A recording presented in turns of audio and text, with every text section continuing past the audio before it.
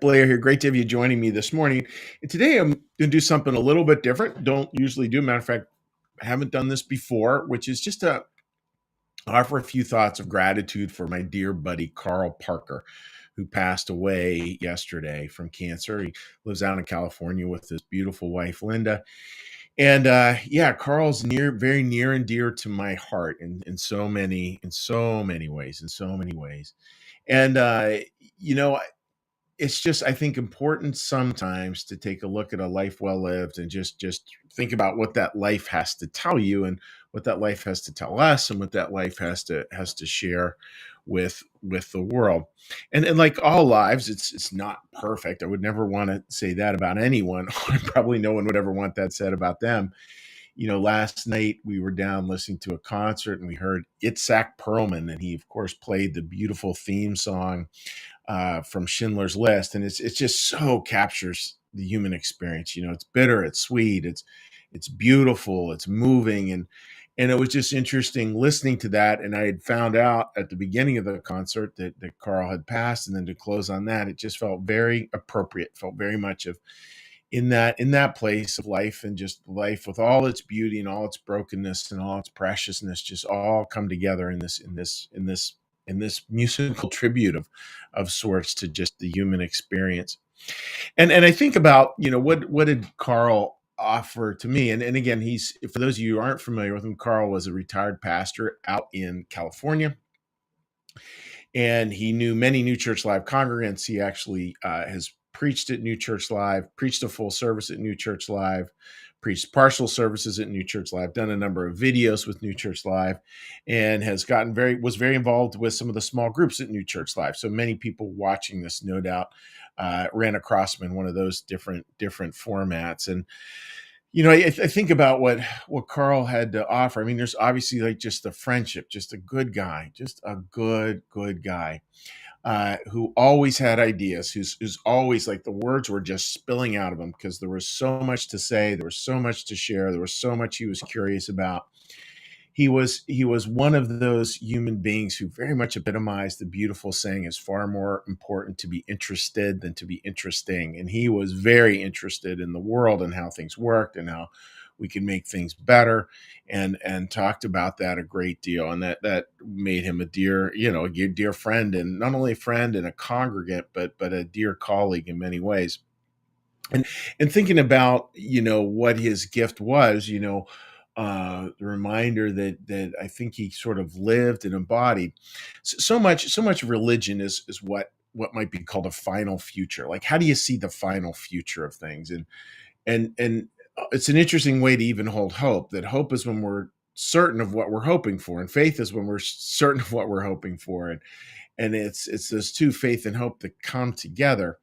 And it's not hope around like, I wonder if there's life after death. No, it's a hope in like that again, love stretching into the future. It's that kind of hope and that kind of idea of a final future.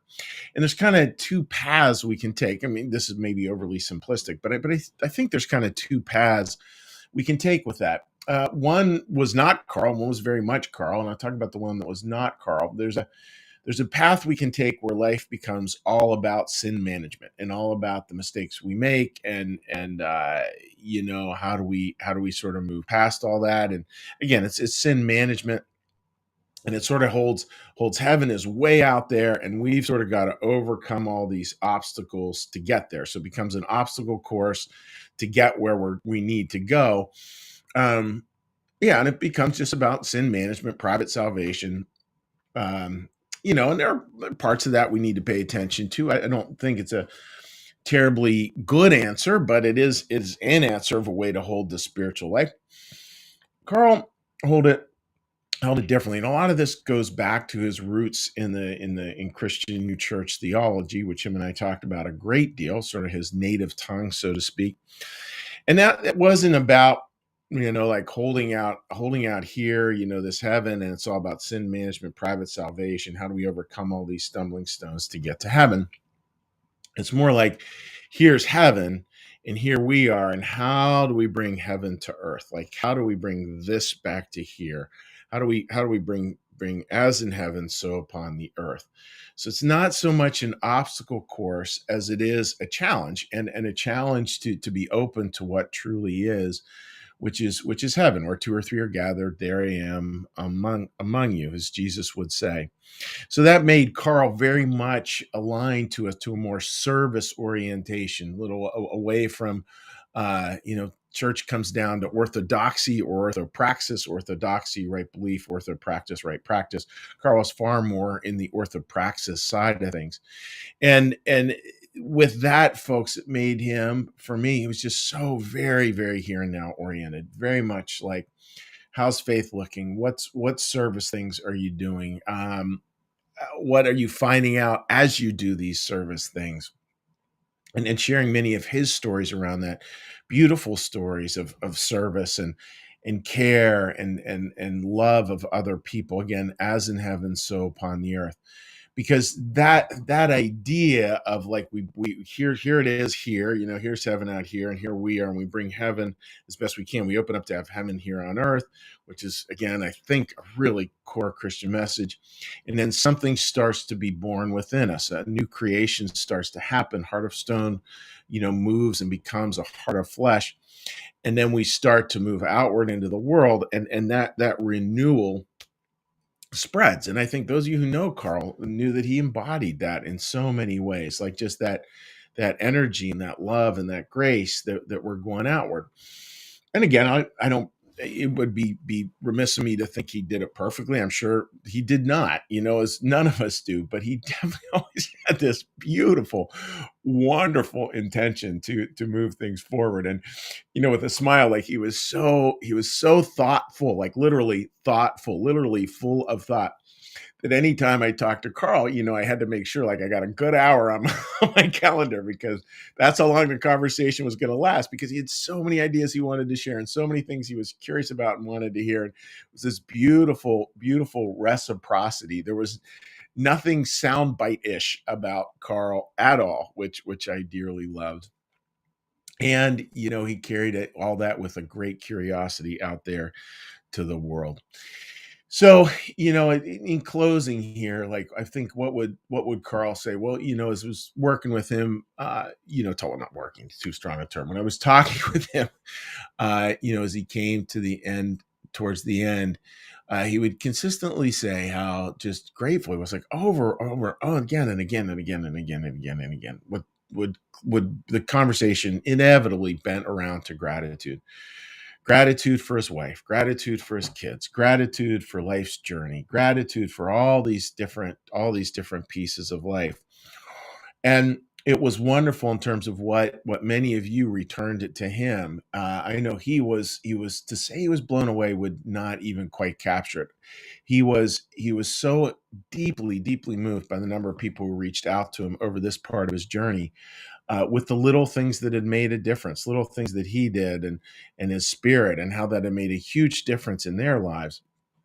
And those notes, those letters, meant an immense amount to him. And because, that stuff, like, it comes full circle. And that's where, again, that's here's this thing, here's this heaven out here, here's life here, and gratitude, and so much of gratitude is when we bring heaven and earth together. We bring heaven and earth together. Maybe that's the Big Bang, and the Big Bang is just this wave of gratitude that goes out there into the world. And I think Karl would want me to share that with all of you. He would want me to say, Chuck, remind them all about how grateful I am for what they were in my life. And hopefully it's not too presumptuous of me to say that on his behalf, but I think he would say that. And he would remind us all that the little stuff matters, that the reaching out matters, that we're here to make a difference. We're not here to be entertained. We're here to make a difference, to live lives of meaning, and to serve as best we can in the ways that the Lord calls us to humbly serve.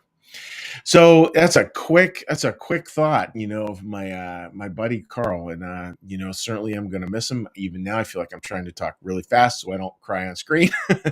um, but a good man, Karl. And I know your spirit is hearing this, which is the famous words that I'd like to offer, which is, well done, good and faithful spirit. So thank you, Karl. Thank you for all you brought to our lives. Thank you for what you brought to New Church Live. and just we will see you again one of these days, my friend, and blessings on your journey. All right, friends. So that's my little thought for today. And what we're going to do now is we're going to move into the meditation part of the morning 10 minutes of calm, which we're going to take a little breath. We're going to then we're going to do a little prayer. Then we're going to do a little blessing, and we'll talk to folks on social media. So let's start out, friends, by just getting a big breath.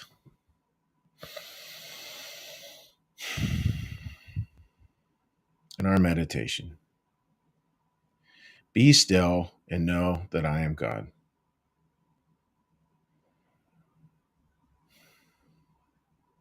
Be still and know that I am.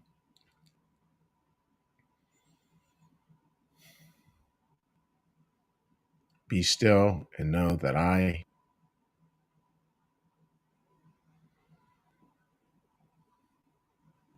Be still and know.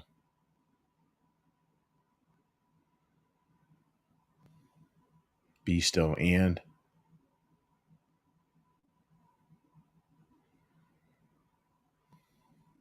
Be still.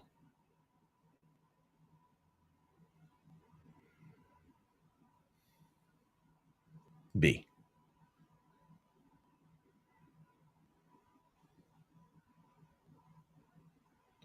Our Father, who art in the heavens, hallowed be thy name. Thy kingdom come, thy will be done, as in heaven, so upon the earth. Give us this day our daily bread, and forgive us our debts, as we also forgive our debtors. And lead us not into temptation, but deliver us from evil. For thine is the kingdom, and the power, and the glory forever. Amen. May the Lord bless you and keep you. May the Lord make his face to shine upon you and be gracious unto you. May the Lord lift up his countenance upon you, bring you peace, and bring you home. Amen. All right, dear friends, let's take a quick look, see if anyone has any comments this morning. All right. Got a number of them here. Linda, good morning to you, my friend. Hope you're doing well. Melissa writes, good morning. So sorry to hear about Karl, praying for him and his family. Melissa, that's very sweet of you. And I think you're in a small group with them, if I remember right. Martha, good morning, and I hope you're doing well. Oh no, I missed the beginning. Karl passed. I noticed he hasn't been on recently. May his soul ascend. What a wonderful being. Yeah, Karl was constantly hanging out on 10 minutes of calm, and as he lost the ability to communicate. He was listening. He just wasn't typing in. Maria Foy offers, so sorry to hear what an amazing man. Oh yeah, Maria, you were in many, several small groups of them. Sherry writes, Karl faced his challenges in a way I would hope we all could. It's good to know he's awakening to a beautiful heavenly life. And he really is. And and the beautiful part is, I think, with him, Sherry, is he didn't wait for it. Like, he was like, no, we're going to live this beautiful life now. And he really did. And, Sherry writes, what an amazing person Karl was, sending prayers. Tina writes, so sorry for your loss of a dear friend, but so happy that you had an opportunity to have him in your life. And it really was. I mean, he, in a lot of dark times, he was a real godsend, Tina. And closing thought there, thank God for our dear friend. And that's so well said. All right, let's flip over to here. All right.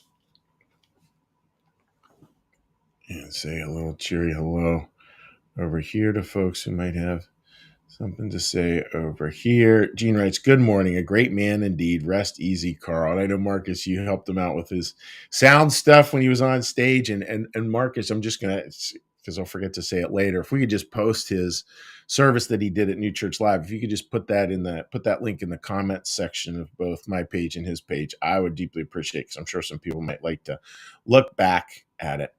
And Gene writes, an inspiration on how to live life with love and grace. And that's really well said and definitively true. So thank you, folks, for joining me today. And I wish you a great weekend. And may we just have a weekend in a little bit of Karl's spirit. I'm going to go out on a hike and enjoy the outdoors as he did this morning, and listen to some sermon material and think about my buddy. And and Linda. Ooh.